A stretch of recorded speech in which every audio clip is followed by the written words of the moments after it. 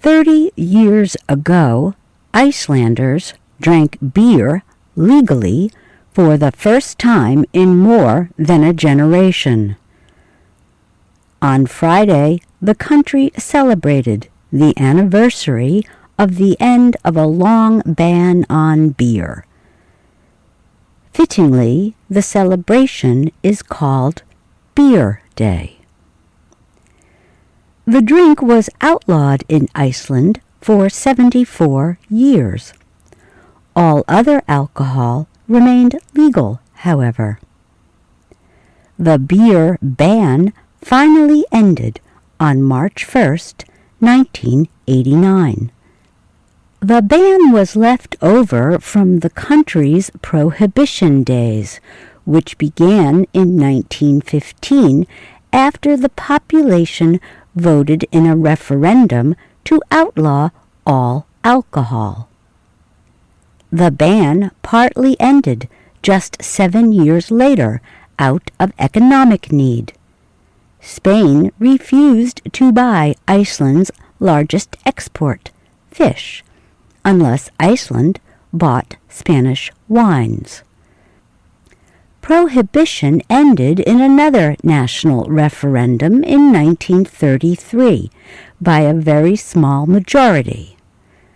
In an effort to keep the peace, Iceland's parliament decided to continue to ban beer.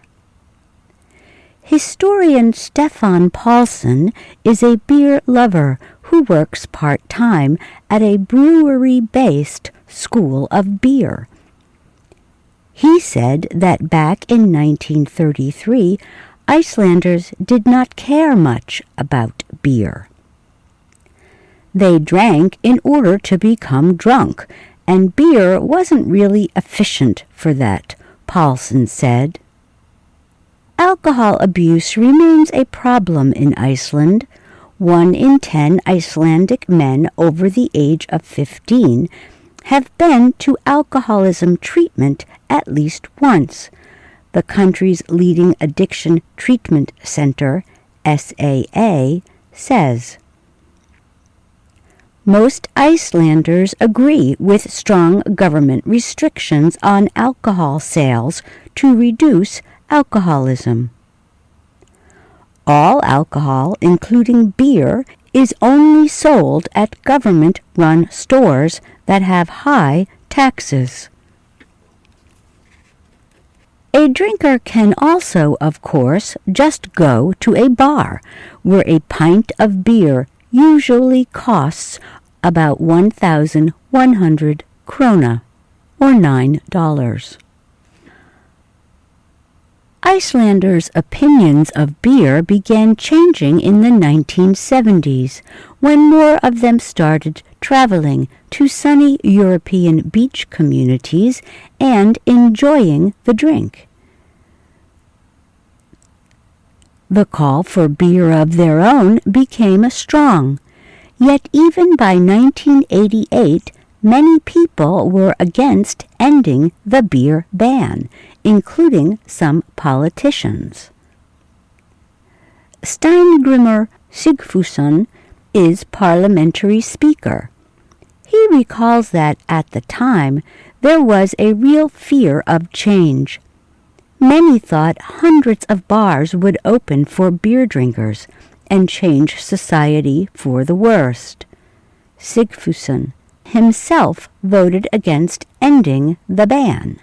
He still defends the country's restrictive alcohol policies that aim to limit alcohol abuse or underage drinking.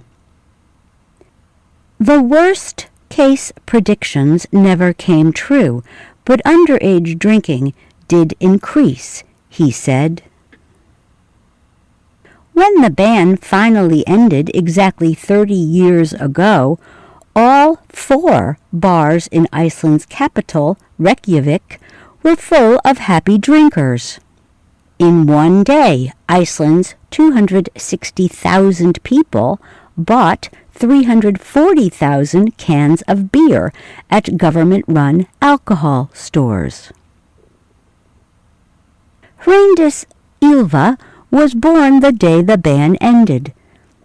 She celebrated her 30th birthday Friday with friends in Reykjavik, but she was not drinking any beer. "The taste is not for me," Ylva said.